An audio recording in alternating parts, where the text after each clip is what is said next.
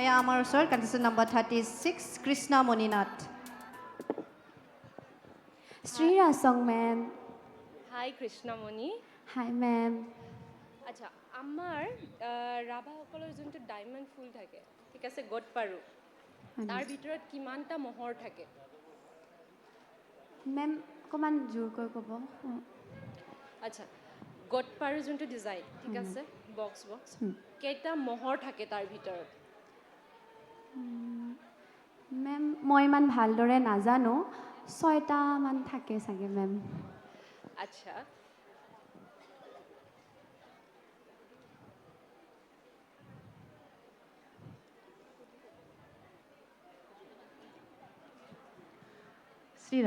শ্ৰীৰাসং ma'am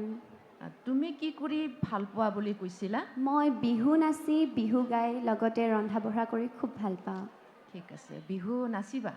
নাচিম ma'am নাচি দেখুৱাবা ঠিক আছে ma'am thank you contestant number 36 Bihu লগতে গাবও পাৰিবা না নাচিবা গাব পাৰিবা ন মেম গাই গাই নাচিব লাগিব নেকি ঠিক আছে গাই গাই নাচি দিয়া এতিয়া মেম বেলেগকৈ গাই দিম আৰু নাচি বেলেগকৈ দিম হ'ব মেম ঠিক আছে যিকোনো এটা কৰি দিয়া তোমাৰ যোনটো ফ্লেক্সিবল হয় মেম নাচি দিওঁ ঠিক আছে Bihu music please Bihu music please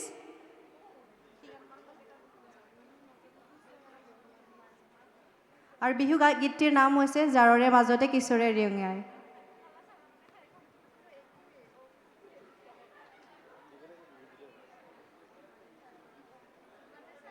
আমাৰ মিউজিচিয়ান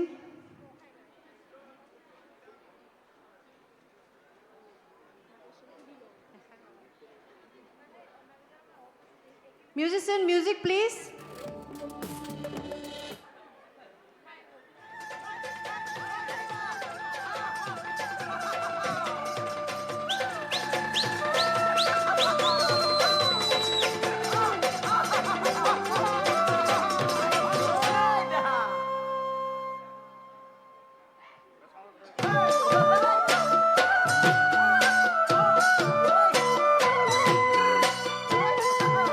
জোৰদাৰ হাত চবৰে সকলো একেলগে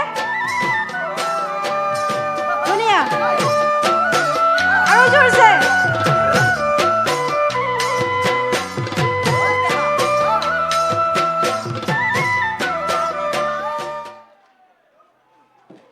ধন্যবাদ কণ্টেষ্টেণ্ট নম্বৰ 36 কৃষ্ণ হয় মেম যিহেতু তুমি ৰাভা জাতিটোক প্ৰেজেণ্ট কৰি আছা আজি মই ইমাজিন কৰিব দিওঁ তোমাক ছাপ'জ তুমি ইণ্টাৰনেশ্যনেলি